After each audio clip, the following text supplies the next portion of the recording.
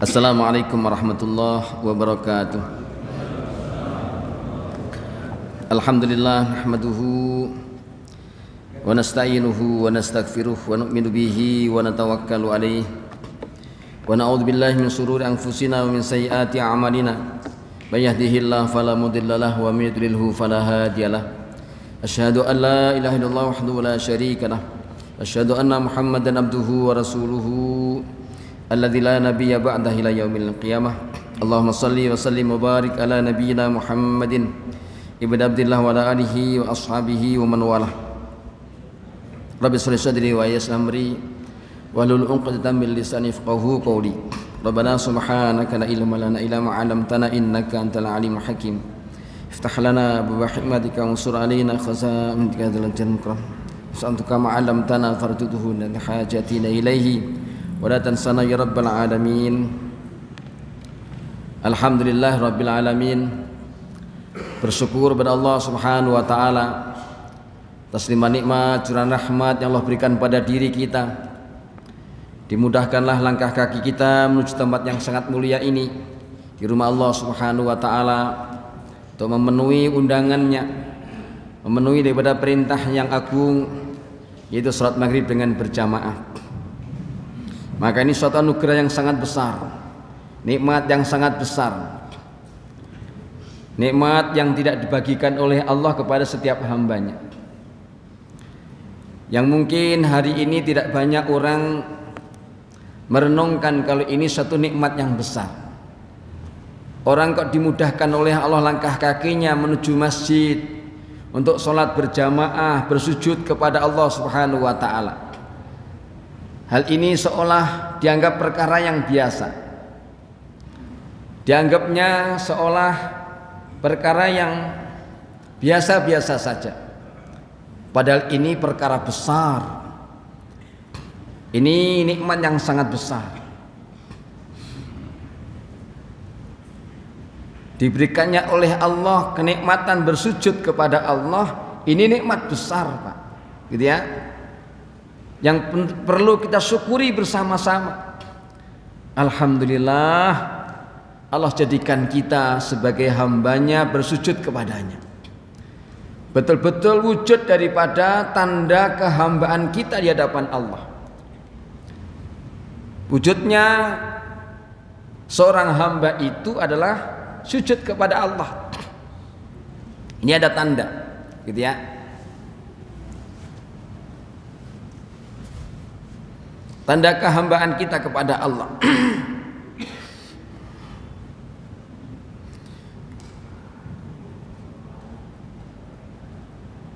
Inilah yang menjadikan sebab daripada orang itu akan mudah mendapatkan daripada husnul khatimah nantinya. Jadi kalau orang ingin husnul khatimah ini, Pak, gitu ya, maka jaga betul-betul di salat berjamaah.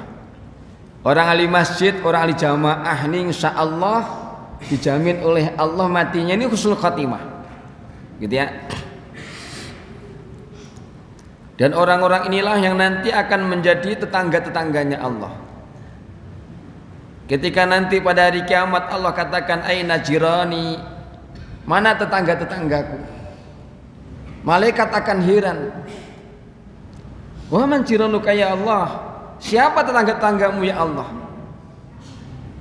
Adakah pantas seorang makhluk, suatu makhluk untuk menjadi tetangganya Allah? Gitu ya. Tetapi Allah anggap orang-orang ahli masjid, orang-orang ahli jamaah, maka kata Allah Subhanahu wa taala, al-umar masajidhum jiran. Orang-orang memakmurkan masjid, merekalah tetangga-tetanggaku. Jadi punya derajat yang sangat tinggi. Ya, tetangganya Allah, bayangkan. Apa enggak luar biasa? Dan itu yang dijaminkan oleh Nabi SAW, yang termasuk daripada sab'atun yudhillullah yauma la dhilla illa dhilluh. 7 golongan yang nanti pada suatu hari tidak ada naungan kecuali naungan Allah Subhanahu wa taala. Maka 7 golongan ini mendapatkanlah jaminan naungan Allah. Siapa mereka? Wa qalbuhu mu'allaqun bil masajid. Orang hatinya ini ada ta'alluq dengan masjid. Ada ta'alluq dengan masjid. Dimanapun dia berada, maka senantiasa dia akan menghubungkan dirinya dengan masjid. Inilah orang akan mendapatkan jaminan, nanti mendapatkan daripada naungan dari Allah Subhanahu wa ta'ala. Maka hal ini jadikan sebagai perkara yang besar buat kita, jadikan sebagai andalan dalam amal kita, gitu ya. Kalau seandainya yang lain-lainnya mungkinlah ada kelemahan dalam diri kita, tapi satu ini jadikan andalan, Pak. Nanti yang lain akan mengikuti insya Allah. Kalau salat jamaah ini jaga dengan baik, ya, dengan tertib, maka insya Allah amal-amal yang lainnya itu akan mengikuti di belakang.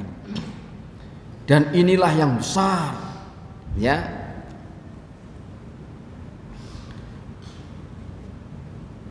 Maka betul-betul disayangkan kalau seandainya ada orang yang tinggalnya tidak dekat, ya, tidak jauh dari masjid, gitu ya. Orang-orang yang tinggalnya di wilayah-wilayah masjid, kemudian 5 waktu tidak terjaga, gitu ya. Kadang-kala orang masih memahami yang penting sholat itu. Ini perkara yang harus diluruskan, Pak, gitu ya. Orang ini masih banyak berpendapat orang itu yang penting sholat, belum merubah daripada sholat itu penting, gitu ya. Kalau masih dalam pikirannya yang penting sholat, ini sekendak hatinya nanti, gitu ya. Jadi inna sholata kanat al mu'minina kitaban mauquta. Sesungguhnya sholat itu, sholatnya sudah ditetapkan oleh Allah waktunya. Mauquta ditetapkan oleh Allah waktunya, bukan mau kita. Mauquta, gitu ya. Waktu ditetapkan oleh Allah, caranya dicontohkan oleh Rasulullah, gitu ya. Rasulullah dalam sholat fardu, Pak, tidak pernah sholat sendirian, ya. Belum pernah ada suatu riwayat menerangkan Nabi dalam sholat fardu itu sendirian, itu belum ada riwayatnya. Apapun keadaannya Nabi itu, sampai yang sakit seperti itu pun, gitu ya, Nabi sampailah di dititah, dibopong, gitu ya, dibawa 2 orang, didudukkan satu jamaah, sampai sebegitunya, gitu ya. Ini perkara besar, ya. Ini perkara yang menjadikan asbab turunnya daripada pertolongan Allah, rahmatnya Allah ketika umat ini betul-betul berjamaah, ya. Karena nusratullah ma'al jamaah, pertolongan Allah itu bersama jamaah, gitu ya. Alaikum bil jamaah, adalah kalian berjamaah.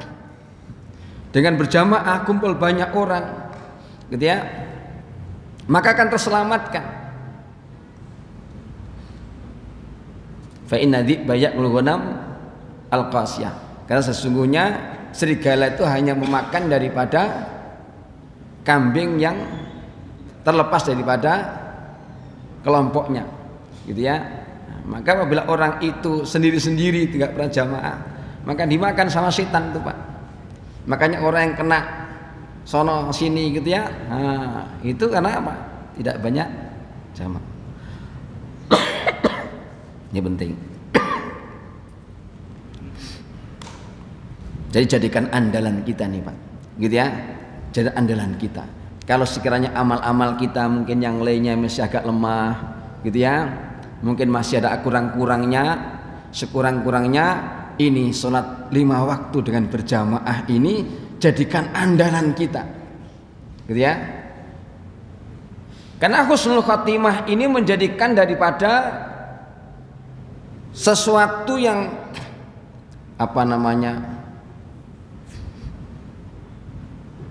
yang diusahakan, gitu ya. Karena ini menjadikan penentu kehidupan nanti di akhirat. Kalau orang itu sudah dinyatakan oleh Allah nanti pada hari akhir kehidupannya di dunia ini dia husnul khatimah, mati dalam keadaan husnul khatimah, membawa iman Pak. Ini artinya akan sukses selama-lamanya. Tapi kalau seandainya hal itu gagal, sudah nggak bisa lagi untuk diulang-ulang lagi sudah. Ini satu penentuan. Tidak boleh main-main. Kalau sekali-kalinya orang di dunia ini sampai gagal, sudahlah. Nggak bisa dibayangkan kayak apa keadaannya itu, ya kan? Ini menjadikan daripada penentu daripada kehidupan kita nanti di akhirat. Dan yang menjadikan asbab daripada seorang itu insya Allah ada jaminan husnul khatimah itu ketika sholat 5 waktunya itu terjaga dengan baik, gitu ya.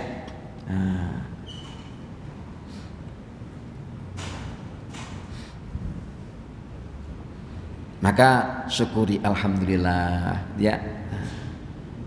Dan ajak juga yang lainnya, juga agar ada kekuatan kita ini untuk menjaga daripada amal itu. Bagaimana kita ajak yang lainnya juga sama-sama untuk menjaga sholat berjamaah. Apalagi kalau ada orang dekat dengan masjid kita, gitu ya, mendengar daripada adzan setiap waktunya, gitu ya. Betapa sayangnya apabila kesempatan yang besar ini sampai dia tidak mendapatkan, ya. Allah mau bagi-bagi suatu hadiah besar, dia tidak hadir. Coba bayangkan kalau seandainya yang hadir di masjid itu masing-masing mendapatkan hadiah rumah seharga 10 miliar.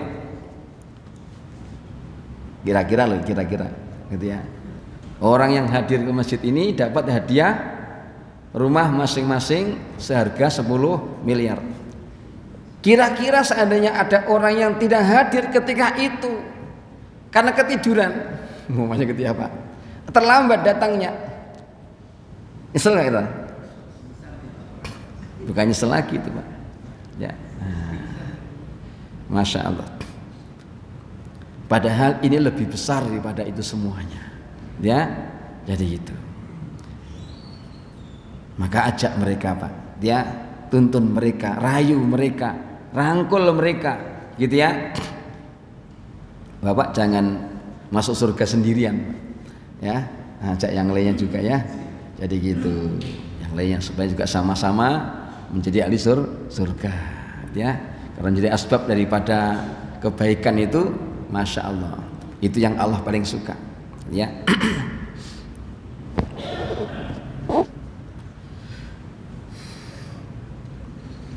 Apalagi sudah menjadi pengurus Pak. Sudah jadi pengurus masjid lagi, wah gitu ya. Kalau nggak istiqomah ke masjid, sayangnya luar biasa lagi itu, gitu ya.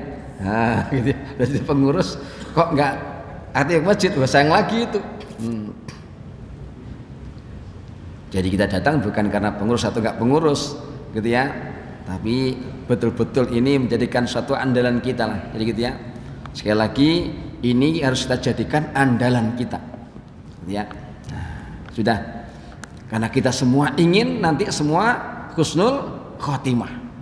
Kalau sudah ini didapatkan, sudahlah segala-galanya akan kita dapatkan nanti Pak, gitu ya. Jangan sampai gagal, ya, jangan sampai gagal. Kalau gagal nggak usah diulang kembali, gitu ya.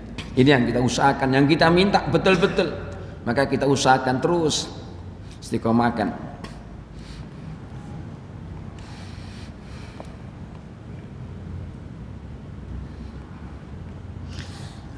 Kita lanjutkan daripada kajian kita. Lanjutkan daripada 10 hal yang dicari oleh ulama daripada ahli hikmah. Yang berikutnya adalah matlabul afiyata fil majami'. Aku cari daripada afiyah ini dalam satu majami', tempat banyak berkumpulnya orang-orang. Itu suatu kebaikan. gitu ya. Kumpul bersama banyak orang dalam satu majelis dan seterusnya, ini satu kebaikan. Banyak orang ingin mendapatkan satu keuntungan dengan memperbanyak relasi, memperbanyak kawan-kawan, gitu ya. Sampailah dibuat daripada Facebook, wow, biar banyak kawannya, kan Pak. Kalau banyak kawan, banyak relasi, siapa tahu nanti kalau dagang bisa banyak dikenal lah daripada barang-barangnya. Fawajadtuha fil uzlah. Susuku dapatkan afiyah itu dalam satu uzlah. Ya, orang dahulu itu banyak orang beruzlah, menyendiri, merenung, berfikir. Tetapi Imam Al-Qusairi mengatakan qala Al-Qusairi wal uzlatu fil haqiqah i'tizal hisal al-madmumah. Uzlah yang sesungguhnya, kata Imam Al-Qusairi, yaitu menjauhi daripada sifat-sifat yang tercela. Jadi uzlah sesungguhnya bukanlah meninggalkan daripada suatu kampung, daerah, wilayah, ya, atau rumah, kemudian datang ke gunung, ke tempat daripada gua sana, gitu ya. Tapi hakikat uzlah adalah bagaimana orang itu menjauhi sifat tercela. Wa ta'thirul tabdil sifat, lalu mempengaruhi daripada usahanya itu untuk menggantikan sifat tersebut. La litana'il anil autan, jadi bukan untuk menjauhi daripada, menjauhkan diri dari tempat rumahnya, tempat tinggalnya, bukan seperti itu.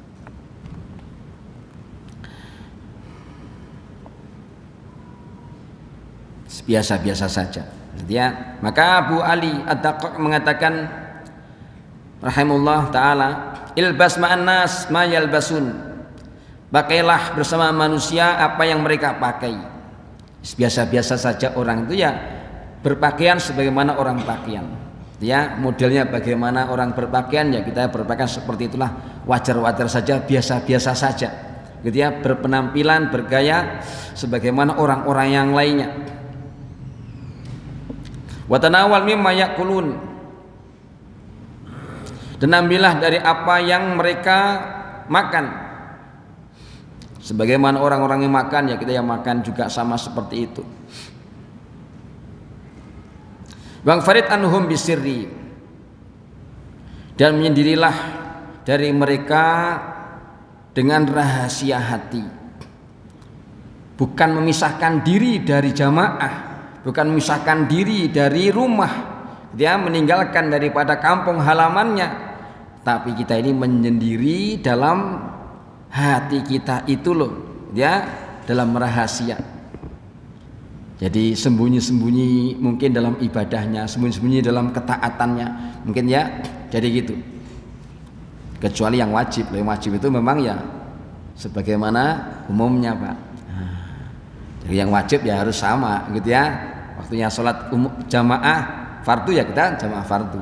Tapi yang selain itu, nah kita menyendiri, merahasiakan daripada amal-amal kita. Yang wajib yang mesti dilakukan dengan terang-terangan, ya terang-terangan, zakat terang-terangan, haji ya terang-terangan, sholat ya terang-terangan, yang fardu. Selain yang itu, maka kita rahasiakan untuk supaya orang lain tidak tahu. Itu yang uzlah sesungguhnya. Merahasiakan amal dalam hati.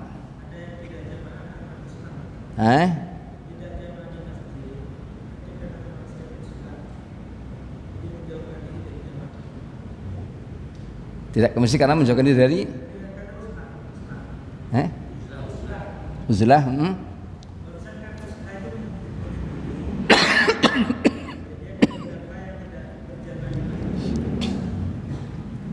Karena alasan uzlah di rumah.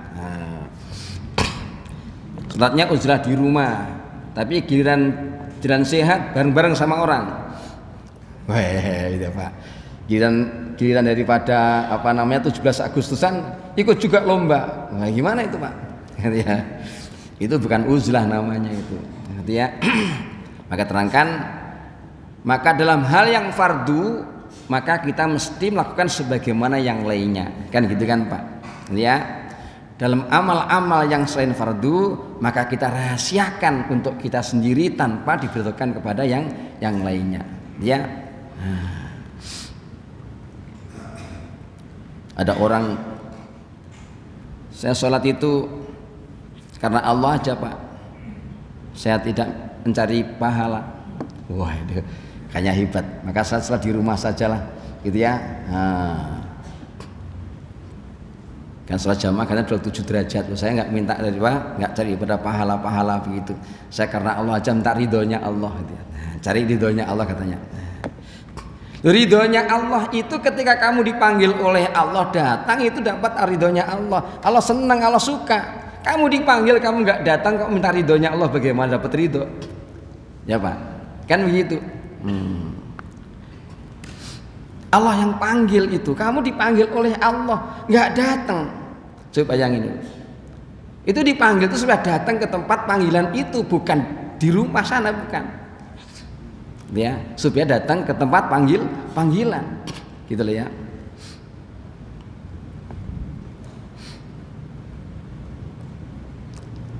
Jadi keridhaan Allah itu ketika kalian dipanggil oleh Allah, kamu datangi panggilan itu, kamu lakukan daripada apa yang diinginkan oleh Allah ya, dengan contohnya Rasulullah, itulah keridhaan di situ gitu ya.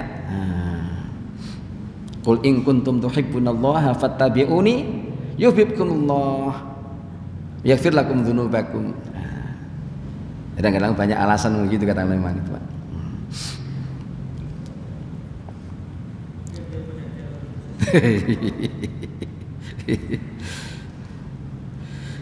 Wa darabtu nurul qalbi fil mawaid wal qiraah. Aku cari cahaya hati itu dalam nasihat-nasihat, mendengarkan nasihat-nasihat, membaca daripada buku-buku yang menerangkan tentang nasihat-nasihat, qiraatil Quran, dan membaca Quran.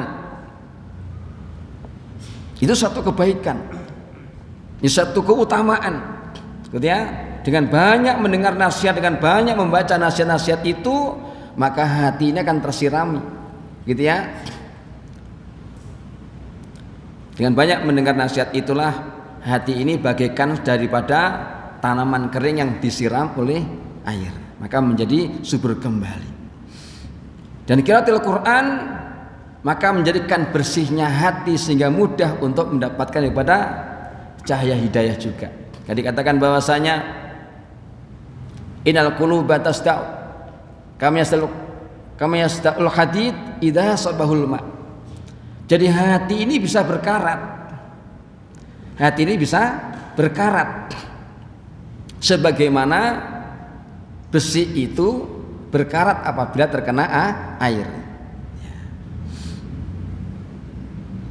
Siapa saja nih Pak gitu ya, mau orang awam mau orang alim, siapa saja hatinya bisa berkarat gitu ya.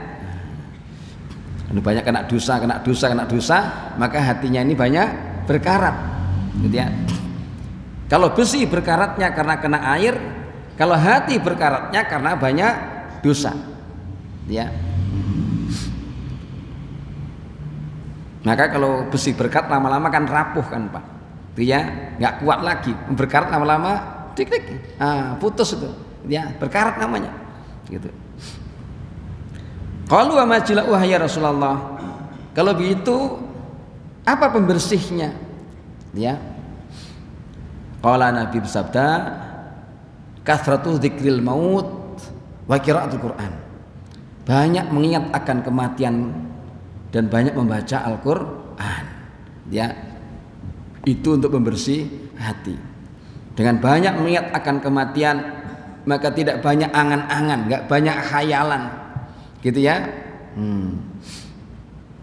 Sehingga akan persiapkan daripada bekal-bekal untuk kematian itu. Itulah orang itu banyak mengingat akan kematian. Maka sahabat-sahabat itu orang-orang yang mereka ini seolah kematiannya sudah di depan mata, ingin segera dirinya meninggalkan dunia dan ingin segera bagaimana menempati surga. Itu sahabat-sahabat. Tidak ada sedikit yang berkhayal biar panjang umurnya, nggak ada begitu. Gitu ya. Karena sekarang panjang umurnya terus tuh Pak. Gitu ya. Sahabat-sahabat itu begitu.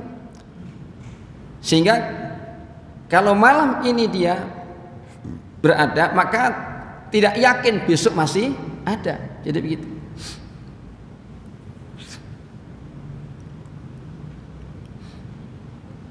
Jadi kegembiraan mereka itu seperti itu.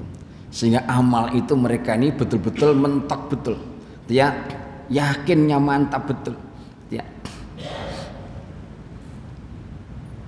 Jadi ibadahnya itu tidak banyak, tetapi berkualitas besar. Jadi gitu loh.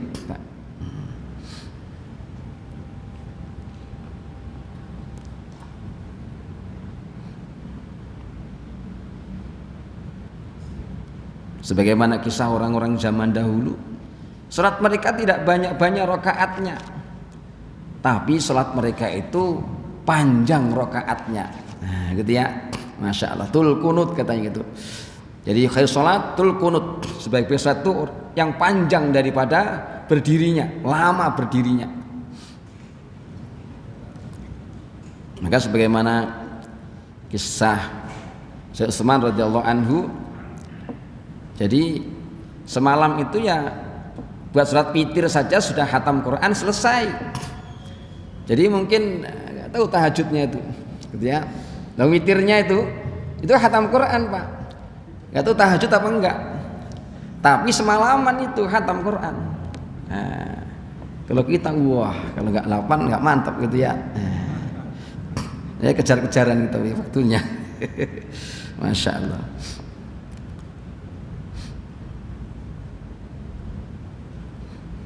Sehingga dalam 2 rakaatnya 15 juz satu rakaat, 15 juz satu rakaat. Sehingga rakaat yang terakhir tinggal baca Qul Falak Anas saja sudah, gitu ya. Jadi begitu.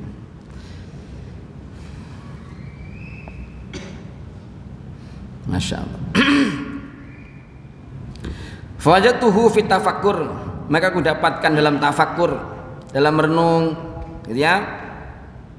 Merenungkan daripada ciptaan-ciptaan Allah,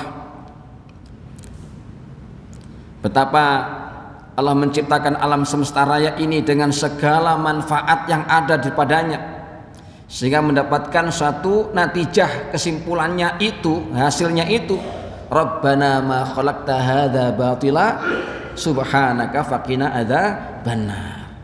Semua diciptakan oleh Allah, semua memberi manfaat kepada manusia, gitu ya. Masya Allah.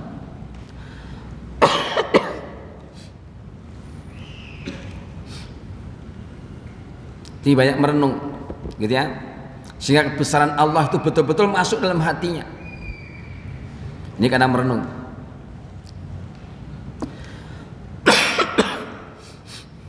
Wa fana'id dunya, juga merenung daripada rusaknya dunia ini. Wal akhirah, dan juga merenungkan betapa nanti gonjang-ganjingnya akhirat. Wasair umurihima, dan juga berbagai persoalan-persoalan daripada dunia akhirat ini direnungkan, dipikirkan, ya. Wa taqsid nafsi, dan juga kelalaian yang ada pada dirinya. Wa hamliha fil istiqamati wa tahdhibiha, sehingga itu akan mendorong dirinya dalam istiqomah, gitu ya, dan membersihkan diri.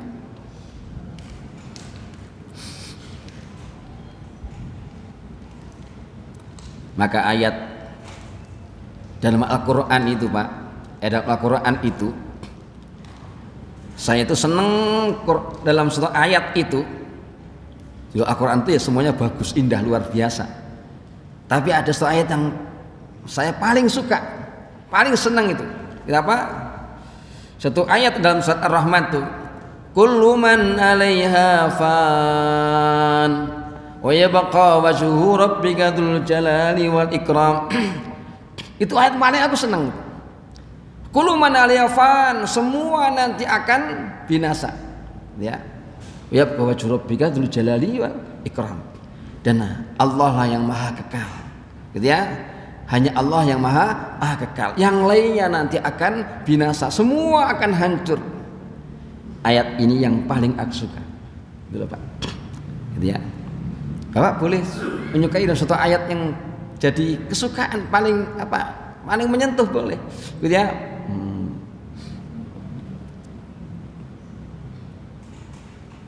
Sama ayat wujuhu yauma idun nadhirah ila rabbiha nadhirah. Itu ayat saya paling suka. Wujuhu yauma idun nadhirah ila rabbiha nadhirah.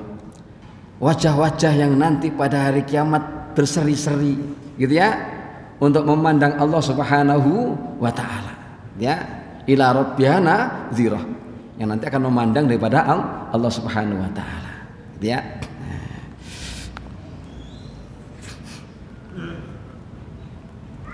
Nah, sebelumnya itu dua ayat yang sebelumnya ada ayat yang lain yang saya suka juga itu. Ya. Kullu syai'in halikun illa wajah. Kullu syai'in halikun illa wajah. Ayat itu bersama dengan kuluman 'alaiha fan. Ya, jadi gitu. Kemudian ayat yang ketiga tadi itu wujuh yauma idin nadhirah ila rabbiha nadhirah. Ya. Jadi Bapak boleh dalam Al-Qur'an itu mana ayat yang paling suka, yang mengesan dalam hati itu. Gitu ya. Nah. Kayaknya belum ada nih kayaknya. Ya, Pak.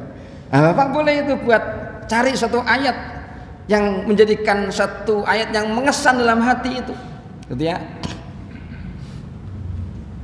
Jadi ada di zaman dahulu itu seperti sahabat-sahabat itu kalau membaca satu ayat yang suka itu diulang-ulang sampai dia menangis. Jadi gitu. Jadi karena keasikan, keenakan, kenikmatan daripada membaca satu ayat itu. Ya.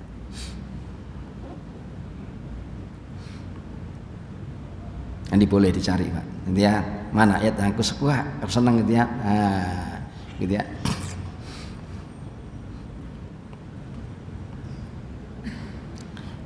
Wal buka dan juga menangis.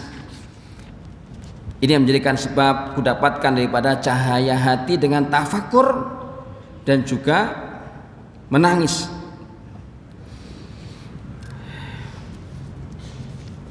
Menangis ini perkara langka sekarang Pak, gitu ya. Menangis ini perkara langka, susah untuk orang itu menangis itu susah. Ya, kalau menangis perkara-perkara dunia mungkin banyak orang, gitu ya. Kesulitan perkara dunia, gitu ya, kesulitan ekonomi, gitu ya, masalah-masalah dan seterusnya, gitu ya, terkena daripada hukum, gitu ya, dan seterusnya. Nah, ini mungkin mudah menangis. Tapi yang menangis betul-betul karena Allah, takut kepada Allah, ini yang harganya mahal. Inilah tetesan air mata yang bisa memadamkan daripada panasnya api neraka. Jadi kata istilah orang-orang alim itu, bahwasanya sekalipun seluruhlah samudra itu untuk memadamkan daripada neraka takkan mungkin bisa untuk padam. Tapi dengan dua tetes air mata karena takut kepada Allah Subhanahu wa taala menjadikan daripada api itu tidak menjadi panas. Nah, gitu ya. Nah, ini yang harganya mahal. Ya. Tapi juga boleh belajar dulu bersama-sama gitu ya. Nah, biasanya kalau agak rame-rame itu mudah, doa bersama-sama, zikir bersama itu bisa menangis biasanya. Tapi kalau sendiri, nah ini agak sulit Pak. Karena kalau bisa sendiri, bangun sendiri di malam hari, hadirkan rasa takut kepada Allah, ya, ini akan berharga, bernilai tinggi.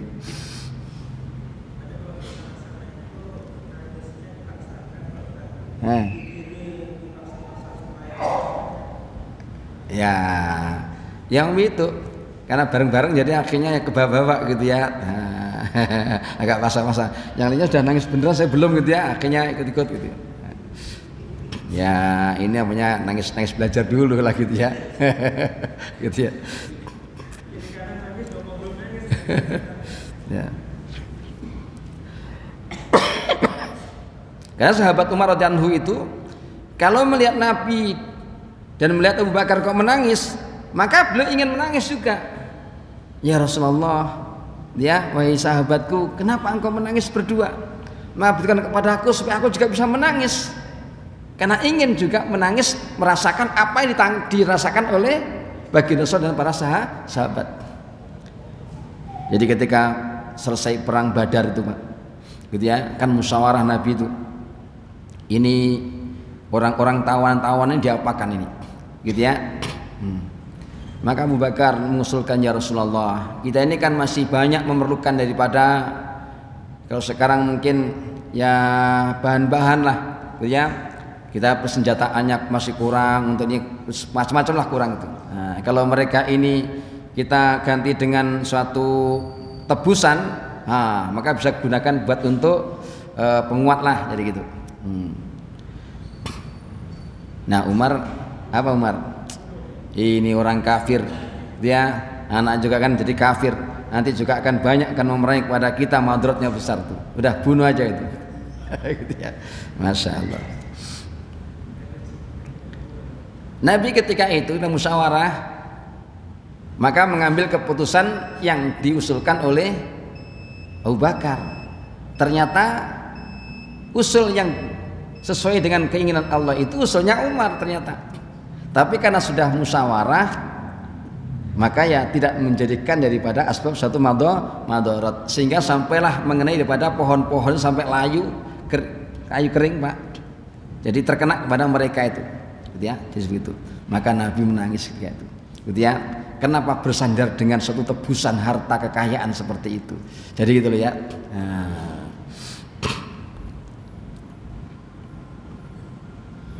Nah, akhirnya Umar pun ikut menangis, gitu ya. Itulah sebabnya kata orang alim bahwasanya kenapa orang-orang mukmin itu masuk surga kok selama-lamanya? Padahal ibadahnya cuma sekian tahun di dunia. Kok masuk surganya kok abadan-abadan, gitu ya. Jazaa'u min rabbihim jannatu adnin tajri min tahtiha khalidina fiha abada. Gitu ya. Kok balasannya sampai dalam surga selama-lamanya, padahal ibadahnya cuma sekian lama saja, sekian tahun saja, gitu ya. Sementara orang-orang kafir, mereka kafir di dunia juga nggak lama, tapi masuk nerakanya juga selama-lamanya. Kenapa seperti itu? Ya, maka orang alim mengatakan itu orang-orang mukmin, kalaulah tidak dimatikan oleh Allah ya terus mukmin terus selama-lamanya. Kalau tidak dimatikan ya ibadah terus selama-lamanya. Maka karena hati niatnya dalam hati seperti itu, maka aku masukkan surga selama-lamanya. Pak.